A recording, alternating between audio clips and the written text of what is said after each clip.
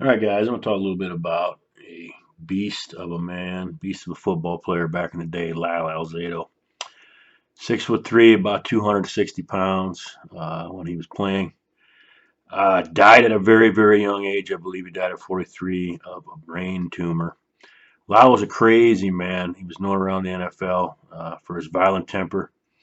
He's quite a character, his outbursts on the field and off the field as well. He was a Golden Glove boxer at one time. Actually fought Muhammad Ali at Mile High Stadium in an exhibition match. Uh, I don't think he fared too well, but still pretty impressive. He got in the ring with the legend Muhammad Ali. Lyle was built very, very well. This was kind of before, if you remember him, Howie Long and those guys. Those guys are ripped, big, big dudes. I mean, they were obviously jacked on the juice.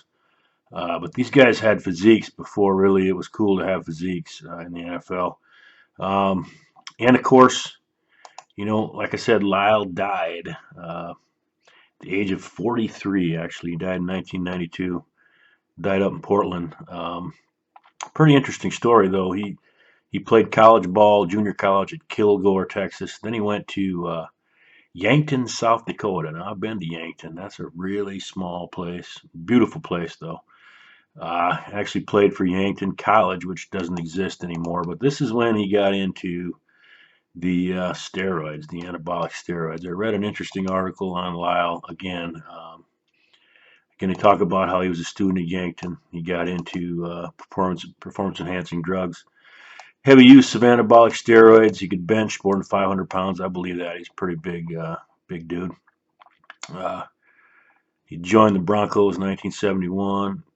And this guy who wrote this article on him estimates that Alzado spent $20,000 to $30,000 a year on steroids, which he shot into his veins so many times that it eventually became nearly impossible to continue the injections. So that means that you don't shoot them into your veins, though. I'm not sure if this guy knows what he's talking about, so this is kind of weird.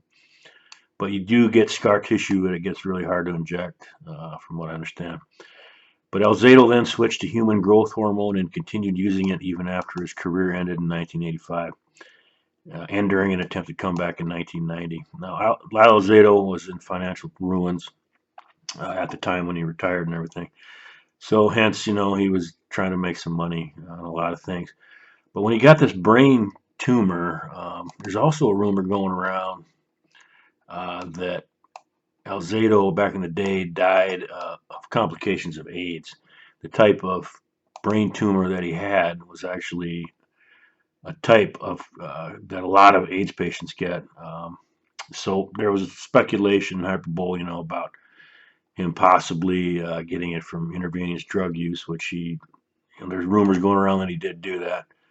But it's all hearsay. It doesn't really matter. But Alzado um, blamed the steroids.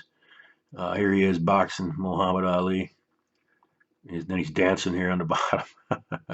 Interesting. But Alzado, of course, blamed the steroids for his brain tumor. One of those things, wanted to get the word out. Who knows? I mean, but the type of brain tumor that he had, uh, steroids is generally thought that steroids does not play a role in that particular type. So, who knows? I mean, his lifestyle obviously affected his health. I mean, here he is.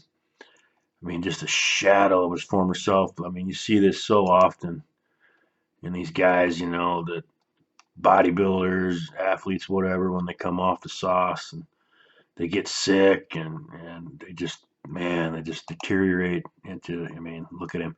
He shriveled down to 160 pounds at one point, and, it was pretty scary stuff. He got pneumonia and he died at 160 pounds. Holy smokes, man. He was about double that at one point, probably.